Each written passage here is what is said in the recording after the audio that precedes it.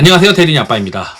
그동안 이제 휴가를 좀 당분간 갔다 왔었는데, 잘 갔다 오고 나서 휴가 보낼 때 이제 가장 고민을 많이 했었던 게, 내가 하는 방법이 일반 투자자들이 하기에는 좀 어려운 거 아닐까? 어떻게 하면 더 쉽게 나의 방식을 전파하고 비슷하게 효과가 낼 수 있는 방법이 없을까? 때론 제가 하는 것보다 더 잘 되는 방법이 없을까? 이런 이제 고민을 하게 됐어요. 그리고 나서 휴가 딱 끝나고 나서 이 영상부터 올려야 되겠다라고 생각했을 때 하는 게 지금 영상입니다. 그러니까 초보자인데 나는 포트폴리오 구성 능력이 없어. 그리고 종목들을 그렇게 많이 끌고 가면서 수급 빈집을 찾아다니면서 매매하는 게 너무 힘들어.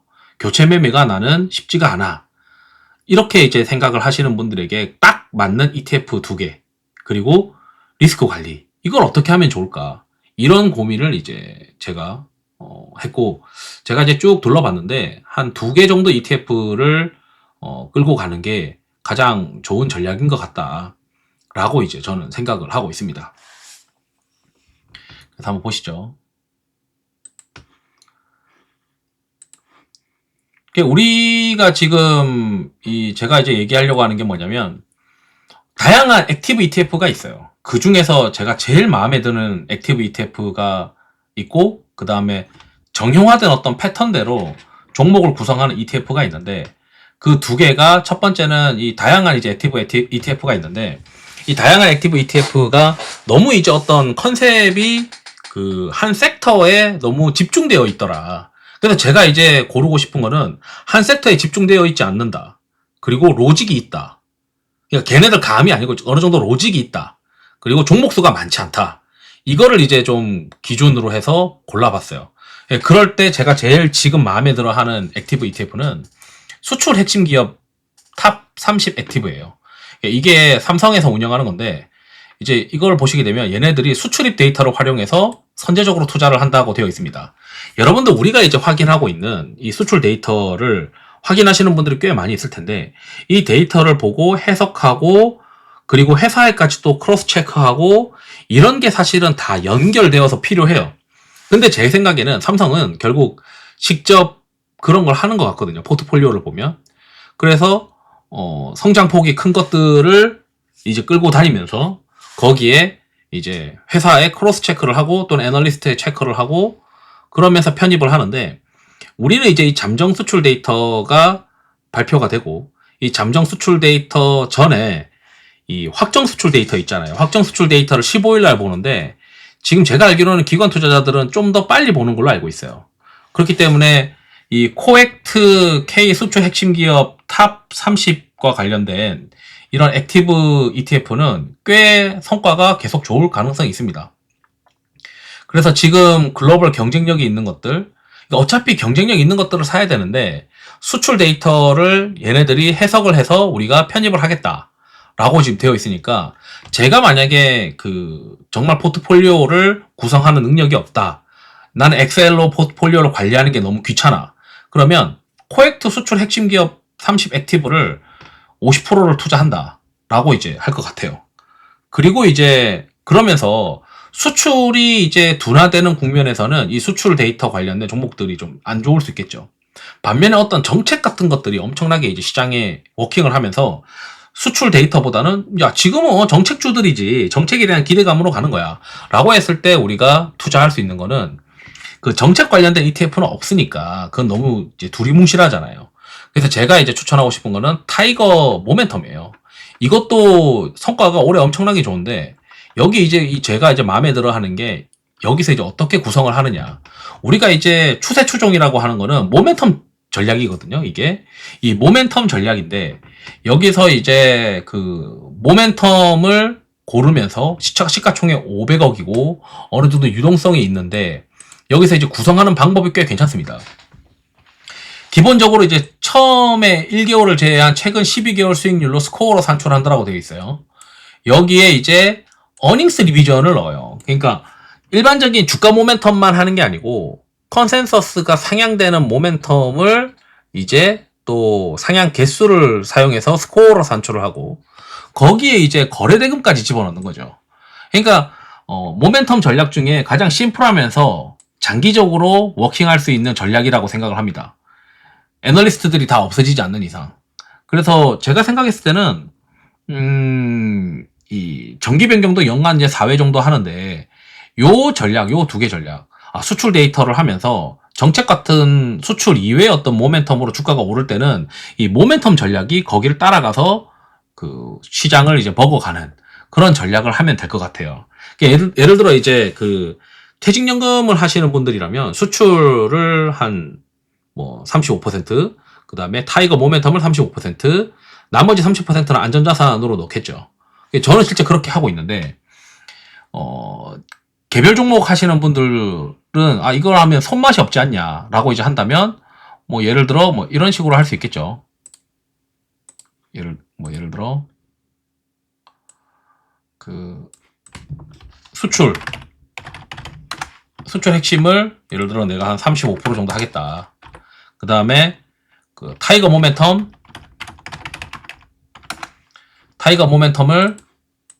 35% 하겠다. 그럼 70%잖아요. 나머지 개별 종목은 내가 골라서 하겠다. 그리고 수출 핵심과 타이거 모멘텀의 PDF라고 해서 종목 구성을 우리가 볼 수 있는데, 웬만해서는 유니버스, 여러분들이 이제 내가 어떤 종목을 투자를 할까? 나는 예를 들어 차트를 잘 보는데 종목을 고르는 게 좀 힘들다라고 하면 여기에 있는 종목군들 PDF를 보고 합집합을 해보세요. 합집합을 해서 거기에 이제 있는 것들 가지고 차트 보고 플레이하는 게 낫습니다. 자, 이게 이제 평소의 투자죠. 평소에. 그러면 이제 리스크 관리라는 개념을 이제 넣어야 돼요. 그러니까 이 두 개 다 이제 문제가 뭐냐면 굉장한 모멘텀 플레이예요. 하나는 수출 모멘텀 플레이고 하나는 주가 모멘텀의 컨센서스 상향 모멘텀 플레이니까 요 두 개가 이제 서로 겹치지 않는 전략입니다. 겹치지 않는 전략이기 때문에 제 생각에는 요렇게 이제 내가 이제 개별 종목을 하겠다 이렇게 해도 되고, 또는 이제 뭐 나는 포트폴리오는 못 하겠어. 포트폴리오 구성 못 하겠으니까 50, 50으로 하겠어. 그냥 이렇게 하다가 이제 리스크가 생겼어요. 리스크가 생기면은 이걸 비중을 줄여야 되겠죠. 비중을 줄여야 되겠죠. 뭐 20, 20으로 바꾸겠다. 그럼 이제 이게 40%의 현금이 생기는 거잖아요. 또는 이제 수출 이렇게 돼 있으면은 나는 이제 리스크 관리를 어떻게 할 거냐. 그럴 때 이거를 뭐 30, 30으로 하겠다. 그럼 이제 40%의 현금이 생기는 거란 말이죠. 맞잖아요. 그러니까 이런 식으로 이제 현금을 가져간다. 라고 또 뭐 40, 40만 하겠다. 그럼 현금 20% 이렇게 생기는 거예요. 그러니까 이런 이제 현금을 넣었다가 현금을 뺐다가 현금을 다시 주식으로 넣는 대신에 이 ETF로 집어넣는 이런 방법들을 계속 이제 주거니 받거니 하면서 현금을 줄였다가 현금을 늘렸다가 이거를 하되 메인 투자는 수출. 난 대한민국은 당연히 수출이지. 수출이 좋아야 잘 되는 기업이지. 지금 우리가 뭐 블로그에 나오는 기업들이나 또는 텔레그램 이야기하는 기업들 다 보면 수출 관련된 데이터들이 핵심인 기업들이에요. 그리고 뭐 갑자기 정책이나 이런 것들이 보면 대부분 다 모멘텀에 섞여 있어요. 그렇기 때문에 요 두 개를 가지고 가면서 리스크 관리를 이제 해야 되겠죠. 첫 번째 뭐 리스크 관리에 대한 기준을 할 때 뭐 저 같은 경우는 이제 피어 앤 그리드, 요 피어 앤 그리드는 이제 멤버십 회원분들한테는 다 드리고 있습니다. 이게 다 드리고 있는데 코드를 다 드리고 있고 텔레그램에 이제 멤버십 회원분들 올라오시면 다 드려요. 예를 들어 이런 거죠. 피어 앤 그리드가 바닥에서 올라오네. 그럼 나는 수출 ETF랑 모멘텀 ETF, 타이거 모멘텀 ETF를 두 개를 그냥 막 들고 있겠어. 그리고 쭉 올라가다가 피어 앤 그리드가 너무 많이 올라왔네. 그러면 나는 타이거 모멘텀 비중이랑 수출 핵심 모멘텀 비중을 좀 낮추지 뭐. 현금을 가지고 가지 뭐. 그걸 계속 반복하면 되죠. 또는 이제 이런 방법도 있겠죠.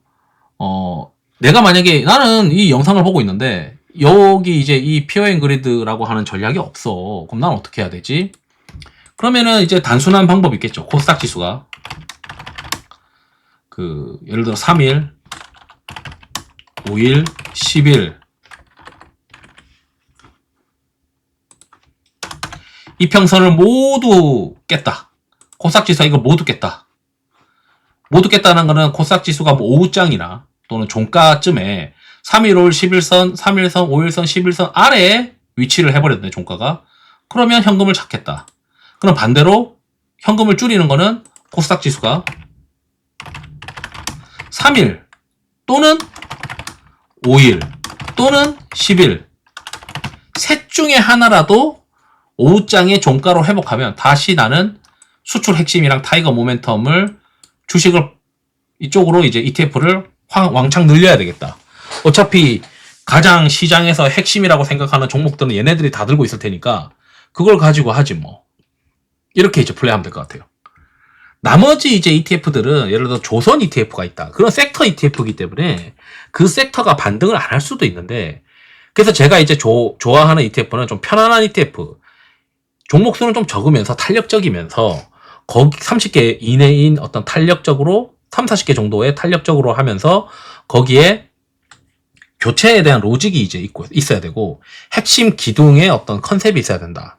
라고 이제 생각이 들어요. 그리고 하나의 섹터로 너무 몰려 있으면 그거는 내가 판단해야 되는 거기 때문에 너무 피곤하더라. 그리고 나는 리스크 관리로 시장이 좋다 나쁘다만 판단할 거니까 그 좋다 나쁘다의 판단은 기술적으로 보지 뭐. 코스닥 지수가 3일, 5일, 11선을 이거 엔드 조건이에요. 모두. 엔드. 모두 다 이탈할 때 나는 현금 비중을 늘리겠어. 그리고 이탈했다가 어느 순간 시간이 지나면 3일 이평선을 좀 회복하겠죠. 3일 이평선부터 회복할 거 아니에요. 그러면 나는 현금 비중을 천천히 줄여보겠어. 이런 식으로 이제 차라리 플레이하면 괜히 뭐 하나 힘줘가지고 박살나는 어떤 그런 투자자들 많거든요. 그런 투자자들 대비해서 꽤 상당히 안정적인 성과가 있을 것 같아요. 그래서 국장에서는 모멘텀이 붙을 때 모멘텀 주식들을 잘 따라 붙어야 되는데 그게 이제 피어 앤 그리드로 이렇게 올라갈 때 하고 그 다음에 좀 내려갈 때 쉴 때는 현금 비중 좀 늘려보고 그 다음에 다시 이제 리스크가 해소됐을 때 올리고 이거를 이제 좀 참고를 하든지 코스닥 지수에 대한 어떤 리스크 관리를 참고를 하든지 그렇게 이제 또는 이제 다른 방법들의 리스크를 좀 널널하게 한다면 나는 21선 위에 있을 때는 코스닥 지수가 21선 위에 있을 때는 여기에 대한 전략들을 유지하겠어. 100%로. 근데 21선 아래로 떨어지면 나는 여기에 있는 전략들을 30%나 또는 40%로 각각의 비중을 낮춰서 현금을 30%나 40%를 가지고 가겠어. 뭐 이런 이제 심플한 것들도 가능합니다. 차라리 이렇게 하는 게 일반 투자자들이 꽤 성과를 많이 낼 것 같아요. 왜냐면 개별 종목을 수출이 엄청나게 잘 나오고 이런 것들을 다 뒤져가지고 체크하는 게 쉽지 않죠. 근데 나 손맛이 좀 부족해. 난 근데 좀 개별 종목을 좀 하고 싶어. 그러면은 이제 위에 거를 기둥으로 좀 잡아두고 그 다음부터 이제 손맛을 좀 느끼면 되는데 그러려면은 이제 이런 거 다 체크해야 돼요. 수출 데이터도 체크해야 되고 분기별 투자 포인트도 체크해야 되고 애널리스트 컨센 데이터도 찾아봐야 되고 최근 실적 서프라이즈가 뭔지 아니면 구글의 어떤 검색 트렌드가 뭔지 유사한 미국 기업들이 상승하는지 그 다음에 종목별로 뭐 발표하는 일정들 이런 것도 막 엑셀로 정리를 해봐야 되고 그 다음에 정책 같은 것도 글로벌 정책이나 뭐 미국의 어떤 정책, 한국의 정책들 이런 것도 막 체크해봐야 되고 그 다음 분기별로 MSCI 정기 변경으로 뭐가 들어가고 뭐가 나오는지도 봐야 되고 그 다음 주기적으로 공시도 봐야 되고 또는 뭐 투자 경고 관리로 들어가가지고 이게 풀리니 많이 뭐 이런 것들도 봐야 되고 그러니까 내가 체크할 수 있는 모멘텀이 이제 이게 내가 너무 귀찮고 힘들어. 그러면 제가 생각했을 때 가장 심플하고 파워풀한 건 여기 이제 코액트 수출입 데이터 이거 다 알아서 자기들이 해준다는 거잖아요. 알아서 자기들이 해주는 거니까 여기서 이제 기업 발굴해서 하는 거고 거기에 이제 타이거 모멘텀 아주 심플하게 모멘텀이 있는데 이 모멘텀 전략의 리스크가 뭐냐면 주가가 떨어질 때 지수가 조정받을 때 그때 세게 떨어진단 말이에요. 그렇기 때문에 우리가 이제 리스크 관리를 잘 해야 되는데 그 리스크 관리의 기준만 잘 세워놓으면 된다. 나는 피어 앤 그리드 쓰겠어. 나는 좀 더 수익률을 타이트하게 먹고 싶으니까. 또는 조금 더 이제 느슨하게 하시는 분들은 코스닥 지수 3일, 5일, 11선. 더 느슨하게 하시는 분들은 21선 이상이면은 코스닥 지수가 이제 가장 민감하니까 걔가 리스크 지표의 어떤 대표 성격을 가지고 있으니 21선 아래면은 현금 비중 늘리고 21선 위면은 나는 그냥 뭐 주식 비중을 채워넣겠지 뭐. 이렇게 이제 전략을 해도 꽤 일반적인 어떤 웬만한 투자자들보다 성과가 잘 나올 것 같다. 라고 이제 말씀드리면서 영상을 마치도록 하겠습니다. 투자에 도움 되시길 바랍니다. 감사합니다.